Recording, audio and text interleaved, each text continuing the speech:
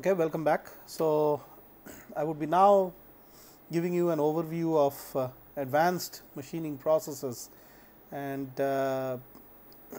this is about how you make the micro structured systems or microsystems. So, let us just briefly review what we did in the last lecture. So, we had a historical perspective of microsystems. We went into some concepts and the way that the miniaturization drive had emerged, starting from the very famous lecture of Richard Feynman in 1959. We talked about Moore's law and the integration density, and how Moore's law is increasingly changing from doubling in 18 months to doubling in about 24 months. We also talked at length about physical and biological MEMS and discussed some very interesting examples of physical and biological MEMS systems. So, the take home message for this particular lecture was really that it is a synergistic learning experience with the biological world. So, there are a lot of inspirational material available from the biological world that can be translated to make microstructured systems, nanosystems, and so therefore, a vast majority of fabrication processes are really bio inspired as well. So, we will do this in details while looking into a historical perspective of how parallelly machining or microstructuring evolved over time. So, let us get a historical perspective of some of these processes which are known as manufacturing processes. So, we have already in our engineering lectures prior to this seen that a lot of parts can be manufactured by some of these basic processes like casting, forming, and various shaping processes, and therefore, all these processes making parts really require further finishing before they are ready to be used in an assembled form. And these sort of high throughput processes are further required to be fine processed, so that whatever requirements of tolerances are dictated by engineering assemblies of such parts can be realized. And so, this is really one of the reasons why initially advanced manufacturing processes were developed, so that the tolerances up to the size of microns, or even nowadays increasingly to nanometers, can be easily provided by the advancement of the process itself. Sometimes also in many engineering applications, interchangeability of a part is a major issue, which needs these specific dimensional accuracy and surface finish. So, this again dictated the need for these advanced manufacturing processes. So, let us look at one of these processes, machining, which involves the removal of some material from a workpiece in order to produce a specific geometry, and that too at a certain degree of accuracy and surface quality. So, with a machining into picture, one can really look into the history of machining, or where this concept of shaping objects started. So, one of the first examples in the mankind of sort of machining comes from this most ancient Paleolithic stone tool industry, the old one. Okay.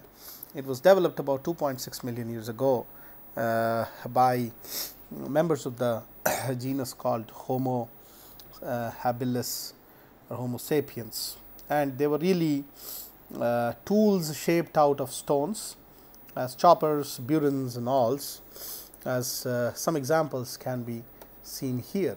Okay. So, man really learned to remove material in a desirable manner as far back as the Paleolithic age. Further developments happened, and the invention of nets or bolas, where this big rock carved in a spherical manner would be tied up on a rope and thrown onto animals to make hunting possible, or even spears, which would be something like what you saw here, tied at the end of a big stick, or bow and arrows developed. Okay. So, interestingly, machining dates as far back as this period. Okay. And slowly things changed, and we went into the copper age, where still handheld tools had a lot of prominence in the copper as well as the bronze age, which was about 1,000,000 years back. So, some example problems are illustrated again here. This was a ceremonial giant dirk of found in France in the year 1500 and belongs to a year 1500 to 1300 BC. This was some Bronze Age weaponry and ornaments which were developed by people who learned some of the basic manufacturing processes by this time, and still everything was really manual or hand held.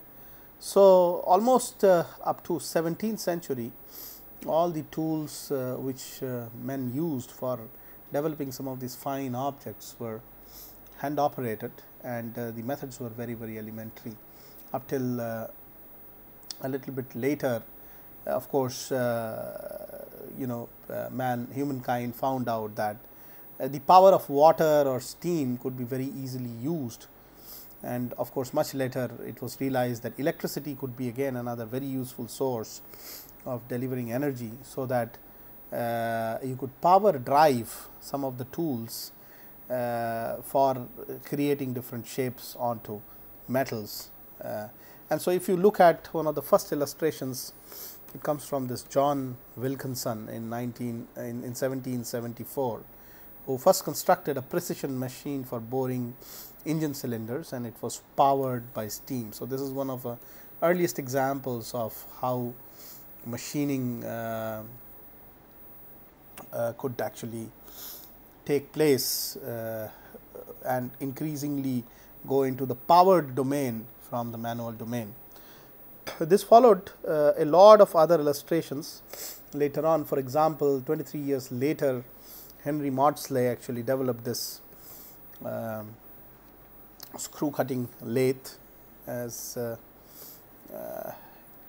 is illustrated in this particular example here. Okay. And then of course, James Naismith invented the second basic machining tool for shaping and planing, which is again illustrated in this particular figure here. Okay. And then the first universal milling machine was built by J.R. Brown in the year 1862, and these were all power tools, starting with John Wilkinson's first engine boring system, which used steam for providing the power. So, after these basic machining tools were developed to have high throughput processes or highly productive processes, people realized that finishing was a very important aspect, and so in the late 19th century, the grinding machine was introduced for the first time, and as a more advanced form, this process later on changed to lapping, and high quality surface finishes with very tight tolerances could be easily realized using a combination of grinding and lapping processes on the primary machining operations, which were done by these powered systems, as we illustrated before. So, if we look into a little more of history, in the later part of these 19th and 20th centuries, machine tools first became increasingly electrically powered. Okay. And they had many refinements. For example, people shifted from single cutters to multiple point cutters, and milling tool was introduced for the first time based on this concept. The whole machining paradigm, although it was powered, was still dependent on operators and human skill, who by their own judgment would look at parts and use his or her skills to completely provide the sequence of operations, and therefore, the workpiece accuracy would typically depend on the operator. So, as a as an increasing need for precision was felt rapidly in the industry, particularly because of complex systems like automotives, etc., which emerged on a commercial scale during this time. For the first time in 1953, the introduction to numerical control systems, where a computer's power would be used with a numerical logic for obtaining a good precision and repeatability of relative motion between a tool and a workpiece was felt. And so, with all these capabilities integrated together, the present capability of these tooling systems have really enormously increased up to the level of initially it was about a micron, but then with the current technologies of chemical, photochemical, and some high energy beam based machining, it can go to the size range of a few atoms. So, it is about probably tens of nanometers that this limit has been pushed to increasingly. And not only that, it has tremendous capabilities of producing complex shapes with the kind of finishing accuracies which can be as low as let us say a micron level finish. So, increasingly the power of machining industry has grown over the various decades, and up till now this power can be really manipulated and maneuvered to even place a few atoms and molecules, and so that is what the accuracy level has slowly gone into. So, in modern machining practices, of course, one important aspect is to be able to remove material which is harder, stronger and tougher, and it is more difficult to cut, and that is one of the goals of some of these modern machining practices. And it should be independent of, so the cutting processes should really be independent of material properties of the workpiece, and as such increasingly from this so called conventional domain of metal to metal cutting, increasingly the focus has changed into some of these non-conventional machining practices, which has become very, very handy as an alternative, particularly if you have to realize complex shapes with a certain amount of surface integrity and most important aspect, miniaturization or micron size requirements of the components. So, in this course typically we would be more focused on to this non-conventional machining domain and the way that it would be used for creating some of or achieving some of these targets, as machining complex shapes or going very, very small teeny tiny components, how that can be manufactured. Would be probably going through some material based on that. Okay. Of course, needless to mention is this concept of hybrid machining, which combines the enhanced advantages of more than two processes, okay, two or more than two processes, so that your objective of super high finish and high productivity, or maybe super high finish and complex shape, both can be achieved together. So, because of all these domains which are now increasingly available in machining science, micro machining has emerged into a domain where really very small, up to about 1 micron or so feature sizes can be realized very easily, combining some of these technologies as hybrid machining technologies.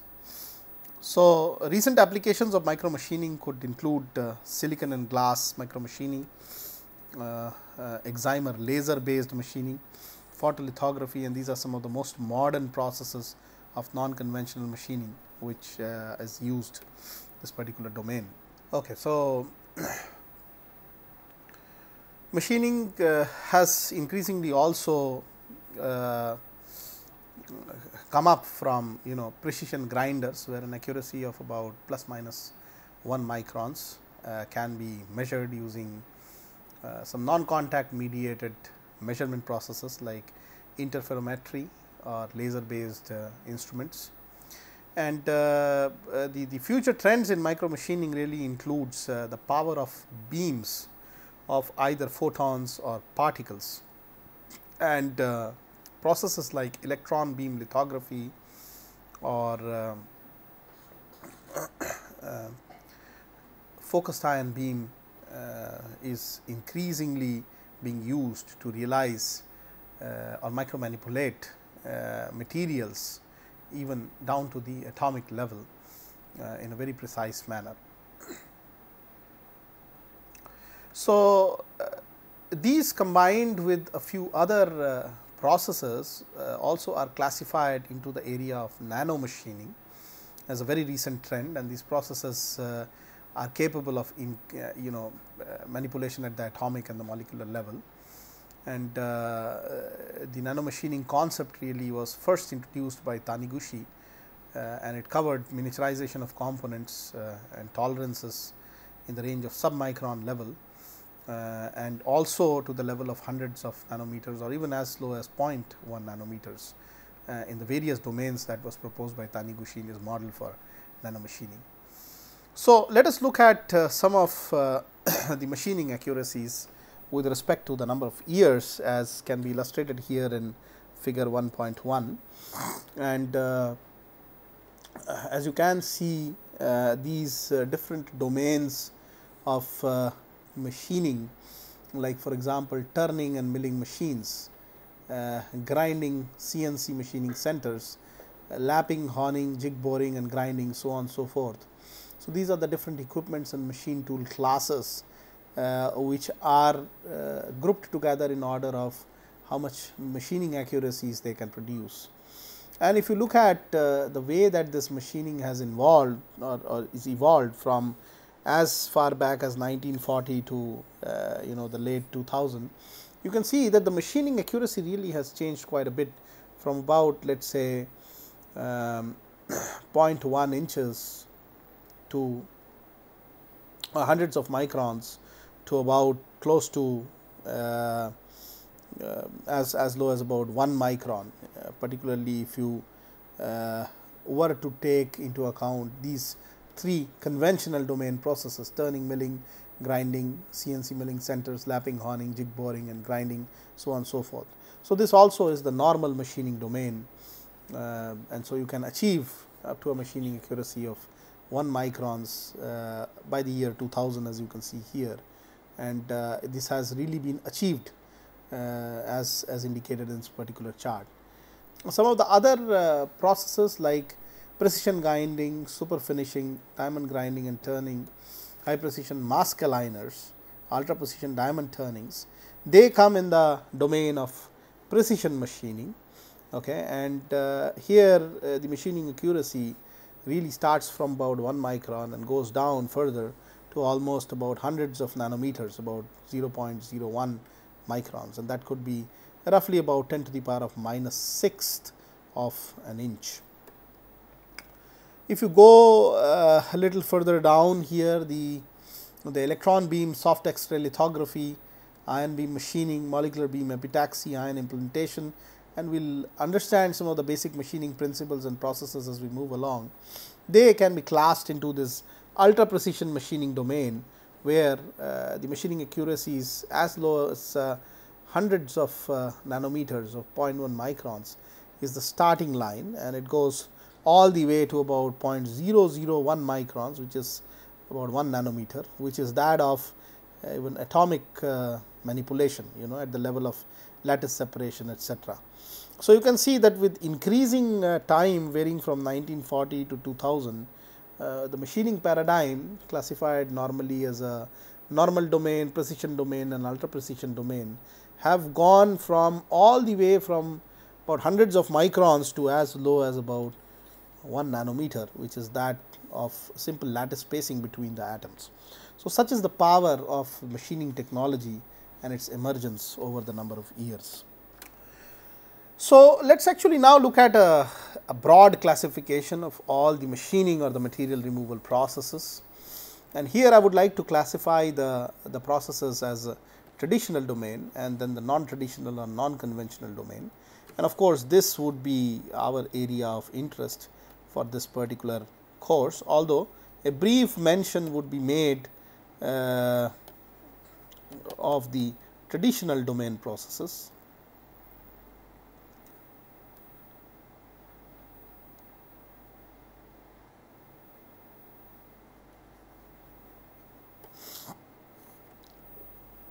So, in the traditional machining area, if you look at the class and the subclasses of these machining, you have a category of cutting processes, where these different processes can be classed as turning, boring, drilling. These are all cutting processes, and this would be able to generate circular shapes, and then some other shapes can also be generated by these other set of cutting processes or metal cutting mechanisms like milling, planing, shaping, broaching, sawing, filing, gear forming, gear generating, so on and so forth.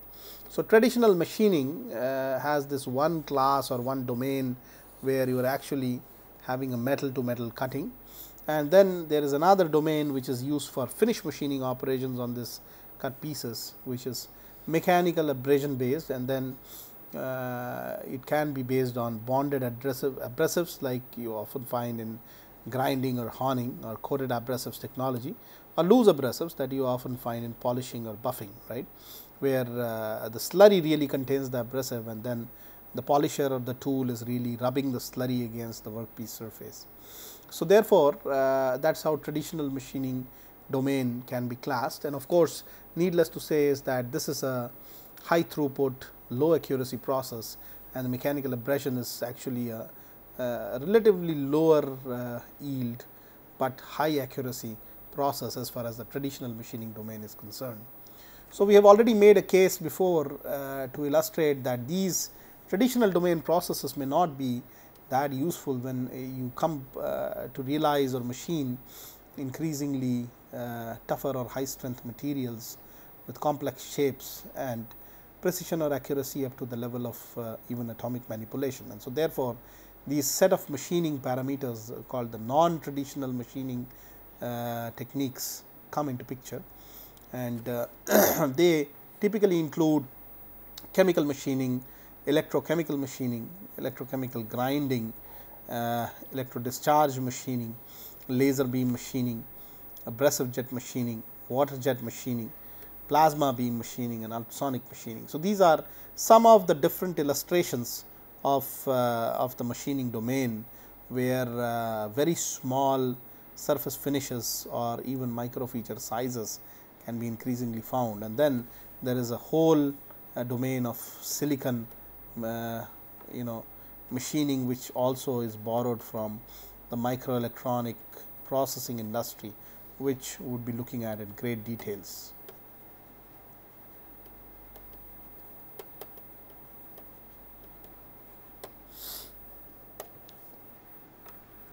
So, let us look into some briefly into the conventional domain of the machining before starting. And so, typically in the conventional domain, as we all realize that there is a tool, and this tool is used for penetrating work material to remove certain amount of material up to a depth, okay, and the amount of depth that the tool goes into the material is also known as the depth of cut. So, there is of course a relative motion between the tool and the workpiece, and different geometries can be realized based on this relative motion between the tool and the workpiece. For example, look at turning, the way it produces cylindrical parts. So, you have a single point cutting tool, and there is a mass which needs to be machined, and it is rotated at a certain RPM, and the tool goes and scribes off the material and increasingly goes deeper and deeper into the material, so that the circular symmetry of cut can be generated and a cylindrical piece can be generated based on that. Of course, there are shaping and milling which generates flat surfaces. Then there are drilling processes where you can produce holes up to any dimensions of different diameters, where again the relative motion between the tool, in this case the tool rotates and the workpiece is fed linearly. It determines really how the shape of machining is going to be on the workpiece. So, because of this regular scribing of material, there is a temperature generated at the machining zone, and that is advantageous for high productivity and better finish, primarily because there is a slight reduction in the strength and the ductility of the material that you are cutting, and the preheating always helps to make the material softer, and so you can at a very high yield and better finishing accuracies be able to cut materials. So, there are certain illustrations found in literature, for example, a paper by El-Kadi et al., as you can see here in 1998, which claimed for the first time that formation of a continuous chip from discontinuous ones were due to workpiece heating. And then of course, this Torr and Copley in 1997, who actually built a laser assisted prototype to improve the machinability of difficult to cut materials on traditional turning processes by preheating using this laser assisted system. Okay. So, it was focused the laser beam onto the workpiece just above the machining zone and reduced the cutting forces by quite a bit, and improved also the tool performance this way. So, some examples where playing around with the temperature of the material in order to get better finishes or more amount of material removal have already been demonstrated by various people using conventional machining domain. So, if you categorize the different metal cutting processes, they can be either categorized into the forming processes or the generation processes, and I would like to classify between the two. So, a forming process typically is when a cutting tool possesses the finished contour of the workpiece. For example, let us say for example, in this illustration, this tool here is having a inverted contour, okay, as can be illustrated here, of whatever it produces finally onto the workpiece surface. And so, you give it a feed and then also give it a cutting motion, and whatever contour is there on the surface of this tool is replicated in negative form onto the surface of the workpiece over which this is moving. So, you are forming the shape which was there on the tool, the negative of the shape which was there on the tool over the workpiece surface. So, it is called forming. Okay.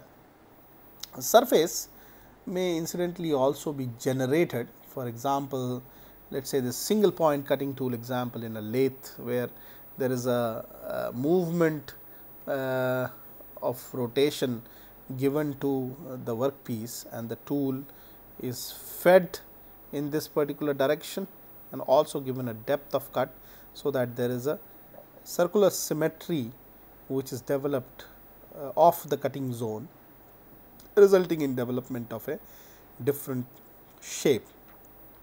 So, these processes can be thought of as generating the contour or the feature by relative motion of the tool with respect to the workpiece. There can be a combination of both the forming and generation processes, as can be illustrated in this particular example, which is a slot milling example, where the forming can be thought of as provided by the thickness of this cutter, and the milling can be thought of as a relative motion between the tool and the workpiece doing the machining operation. So, another process. So, these are all the metal cutting processes, and the other processes that I was referring to is based on machining by abrasion.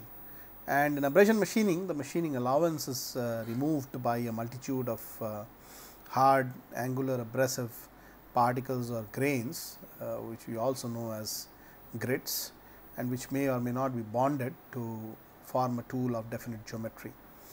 So, in contrast to the metal cutting processes, during abrasive machining, the individual cutting edges are randomly oriented, and the depth of engagement is small and not equal for all the abrasive grains.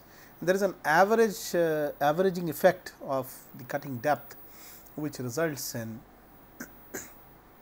a sort of surface finish on the high yield processes, like some of these metal cutting processes, forming or generation processes, etc. So, it is really a finish machining operation, and not all the abrasive grains are simultaneously able to remove. So, they come in contact one by one, and then they remove their own material by brittle fracture, and therefore, the averaging effect also becomes more prominent, because the chips removed are very minute, and most of them are invisible, because the temperature of operation is so high that they get oxidized, and you can see a flame come out from the such abrasion or such rubbing action of the abrasive. So, let us look at some of the schematics of how abrasion happens. So, typically one very interesting abrasion process is, of course, mechanical grinding, and, and then some of the other processes are honing and super finishing processes that employ either a solid grinding wheel or sticks in the form of bonded abrasive. So, this is illustrated here in this example, where you can see that there is a stick. For example, this is the honing process, and this stick here illustrated by this highlighted region, okay, is containing the abrasive grains or the grits adhesively or bonded onto the surface by using an adhesive, and you apply a low pressure to this honing stick and move this stick with respect to the workpiece. So, there is a gradual finishing of the workpiece surface, and you can use as a medium something like oil, which carries off the material which is dislodged from the workpiece because of this low pressure of the honing stick. Another interesting example of metal abrasion process is where, instead of the adhesive being bonded, as was the case earlier with grinding or honing, the adhesives are open, and you use a wheel to rub the adhesive, which is typically in the slurry. So, this slurry which is around this region really contains the adhesive or abrasive, I am sorry, the slurry contains the abrasive particles, okay, and the tool here is nothing but a rubbing agent, where it takes the abrasive slurry and rubs against the workpiece, and the tool can be rotary in nature, as you can see here, and these are used for very soft applications, like for example, when really high level of finishing like polishing operations are needed, you can use some of these techniques like lapping or buffing or polishing, where loose abrasives are used in a liquid media, and the tool as such is nothing but a rubbing agent of these loose abrasive particles. So, that is how abrasive machining can be categorized into various different domains. Now, let us get into the domain of the non-traditional machining processes, as we have illustrated so far many times. So, traditional machining, of course, is as you know, mostly based on removal of materials using tools that are harder than the materials themselves, and increasingly the need for non-traditional is really felt because of the novel materials or alloys or high strength composites which are being developed by material science, so that these techniques can be commensurate with such novel materials which are increasingly finding engineering applications in even industries. So, what are those non-traditional processes, or what is the domain of the non-traditional machining? So, we can actually have a closer look by going into this particular illustration or slide. Okay. So, here I have tried to classify some of these non-traditional or advanced manufacturing processes into different domains, and there are three principal domains that we can really classify these non-traditional machining processes as. There is a mechanical machining domain, where you can again use mechanical removal of material as a means of doing machining. Of course, in this particular case, as you will see, the material removal will not be in a bulk state as turning or grinding processes, but in a very superfine state by use of abrasive materials in a very interesting manner. There are thermal ways and means of removing a material. For example, what an electric discharge can do, or a power of an electric beam can be used for machining or material removal, or as a matter of fact power of laser beam or ion beam or plasma beam can be increasingly used for some of these thermal processes. And then of course, there are this chemical and electrochemical machining processes where things like lithography, or even where the power of a chemical called photoresist to be able to microstructure itself very accurately can be used for going smaller and do micro manufacturing with high surface finish and micro components, micro systems as such, so on and so forth. Then of course, there is this ECM or electrochemical machining, where particularly metallic domain, materials in the metallic domain can be easily removed using ECM, where complex shapes in the most intricate corners can be machined very easily. And then of course, there is a huge domain of photochemical machining, which can be a combination between optics and chemical machining. So therefore, the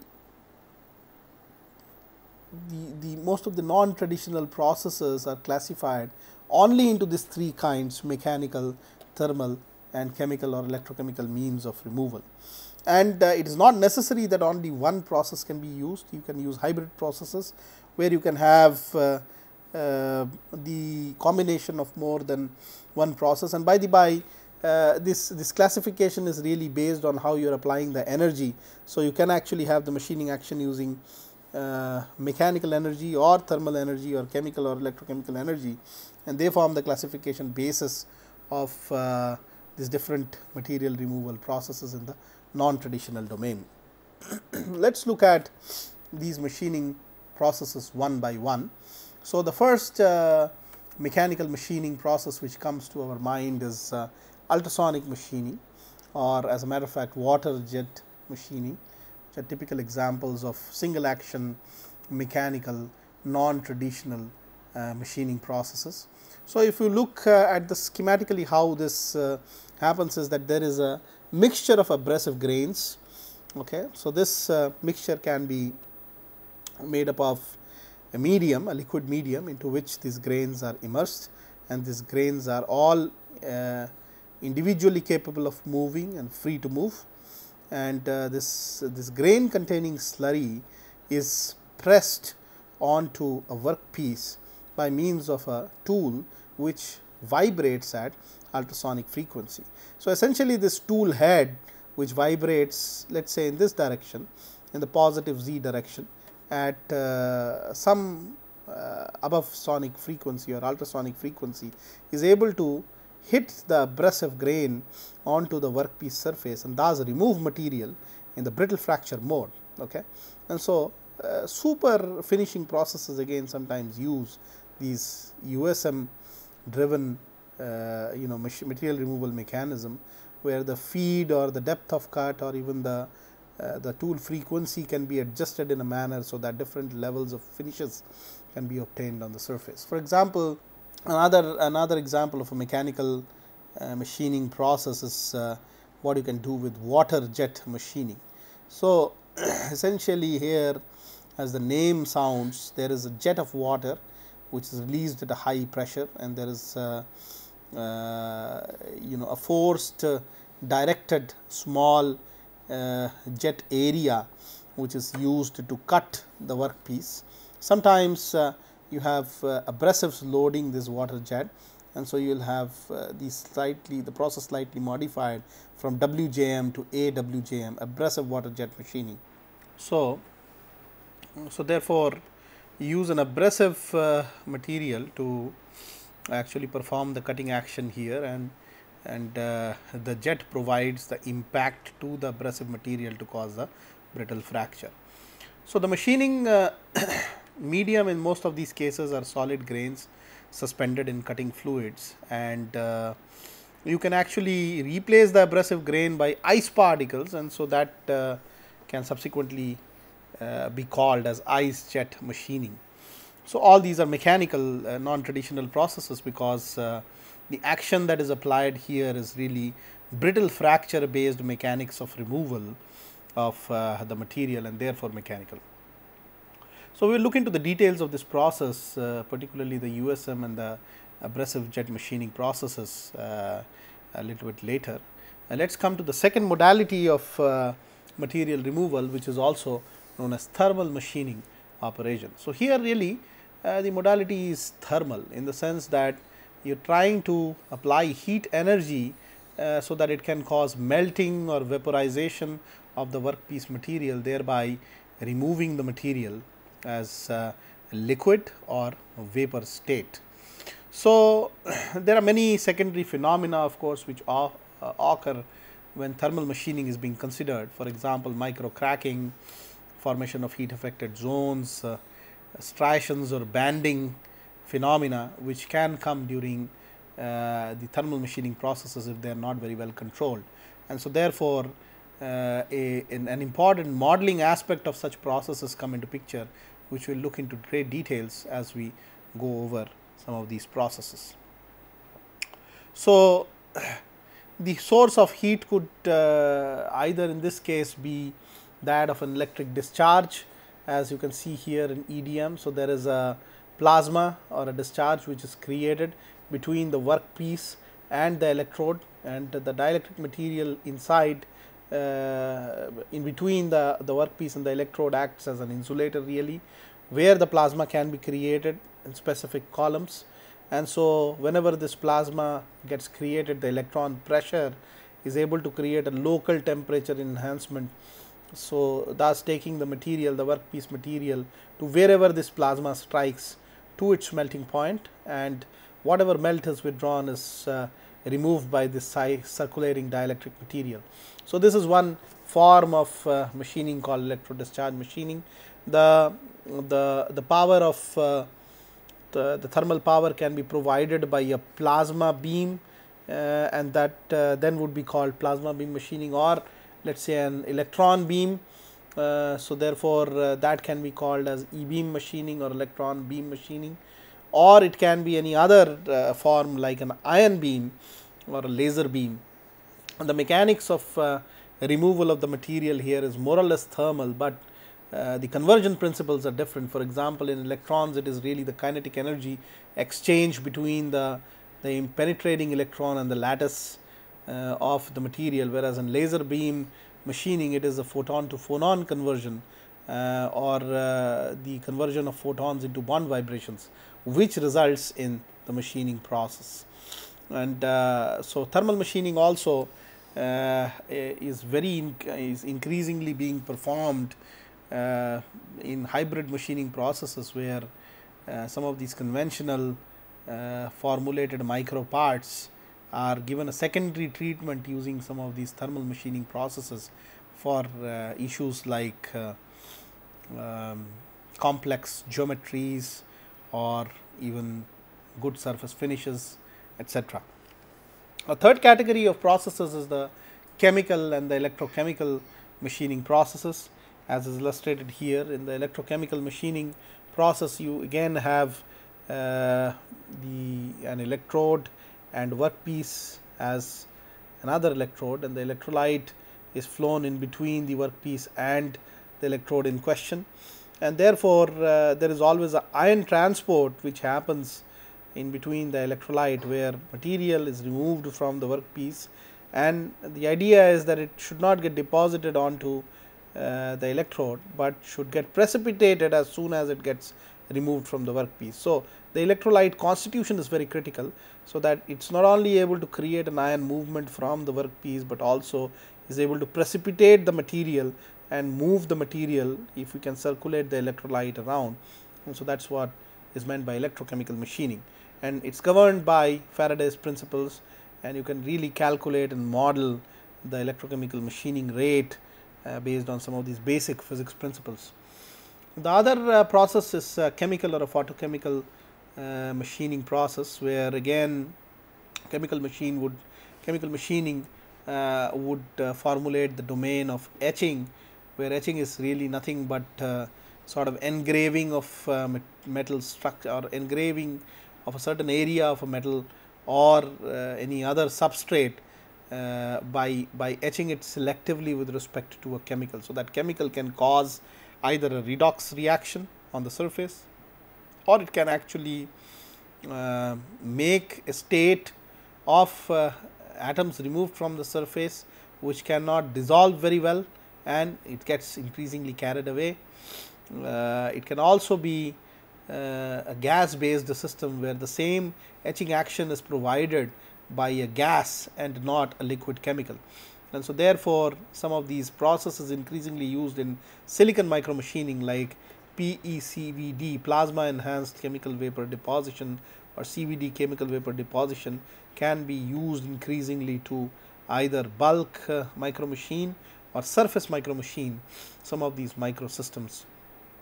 Photochemical machining again is a very wide area of interest as far as the microsystems machining goes, and this photochemical machining typically includes a photographic film called resist, and this resist is removed selectively with respect to a mask and selective exposure to a certain frequency light. So, therefore, if you can formulate a coat of this resist and selectively remove materials off its surface, then those can result in vias and trenches, which can expose the substrate, the parent substrate, selectively for chemical machining and other different forms of machining. So, photochemical machining certainly is a very important area as far as the microsystems fabrication technology goes, and we will actually look into the details of some of these systems later. So, thus this chemical machining may include the domain of chemical milling, photochemical blanking, chemical dissolution, and the basically such actions are again used to remove the machining allowance through ions in an etchant. Okay. And electrochemical machining of course uses electrochemical dissolution by the passage of electrons and ions from within the electrolyte, and those machining allowances can be removed, or the material can be removed to formulate the machining allowance using an ion transfer mechanism in a electrolytic cell.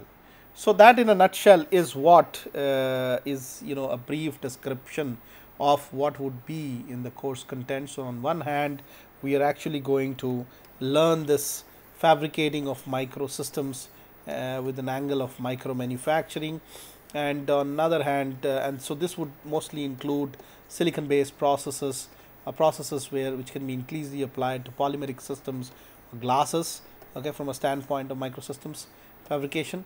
And then the other end of the course would actually delve into these advanced machining technologies which have been indicated here, that is thermal, mechanical and chemical, electrochemical forms of machinings. And then finally, we would like to integrate number 1 with number 2, okay, so that we can use these advanced machining or non-traditional machining processes for making manufacturing microsystems. Okay. And so, this section of the course would be dedicated to mostly some of the advanced research articles, which would focus on how MEMS can be created using non-conventional machining technologies. And then we would also like to demonstrate practically some of the microsystems fabrication protocols and processes where non-traditional machining is actually realized, is actually used in practice to formulate a real microsystem. So, that is in a nutshell what this course is intended to be.